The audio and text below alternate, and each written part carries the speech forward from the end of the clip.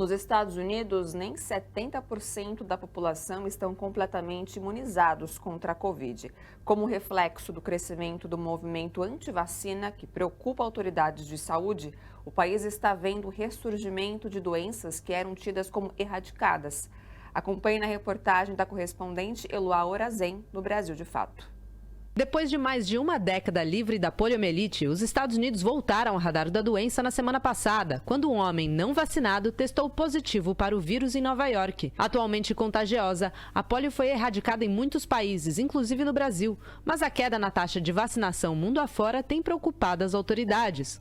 These vaccine preventable diseases that we forget about, that we think are gone, they're around and they will come back if we don't sort of keep those vaccination levels high enough to keep them out. And, I wouldn't be panicked about a case here or there, but it is a reminder for us to be thoughtful about this stuff and to keep having these conversations. Notícias falsas e teorias da conspiração acerca de vacinas não são nada novas, remontam ao século XIX, mas ganharam força nos últimos anos. Nos Estados Unidos, a discussão sobre a vacinação nunca esteve tão em alta. Em partes, isso se deve à pandemia do coronavírus, cuja campanha de vacinação no país foi um fracasso. Embora tenha sido o primeiro país a disponibilizar gratuitamente diferentes tipos de imunizantes, apenas 67% da população americana está completamente vacinada contra a Covid. I think at the heart of it is people don't like to have vaccines mandated. They don't want to feel that they are in a position where they have to vaccinate themselves or have to vaccinate their children.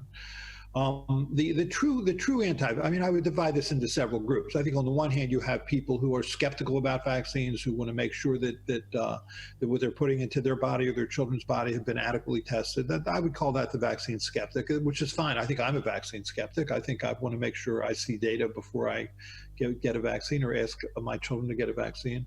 But then there's the vaccine cynic. That's the anti-vaccine person. They're conspiracy theorists. They believe that the pharmaceutical companies control everything, that the pharmaceutical companies are lying to them, that the pharmaceutical companies control the government, control the medical establishment. They will not be convinced by data or reason.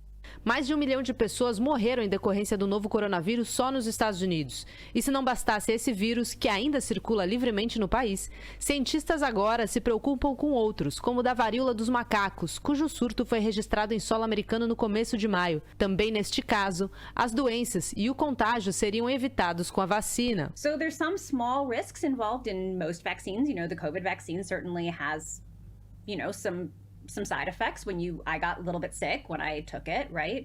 But it's something that we all take on in order to both benefit ourselves, but also, maybe more importantly, it's that societal benefit, that as a member of a community, right, I'm doing this to protect people around me who may be more vulnerable.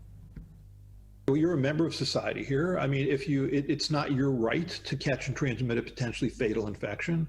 When you see outbreaks of measles, for example, as we've seen recently, for example, in New York City, parents will say, well, I don't want to get a vaccine for myself or my children, but if that puts not only their children at risk, but also other people's children at risk. I mean, so you're not just making a decision for yourself or your children, you're making a decision for others. And when it comes to potentially fatal infections, that's not your decision. Sorry.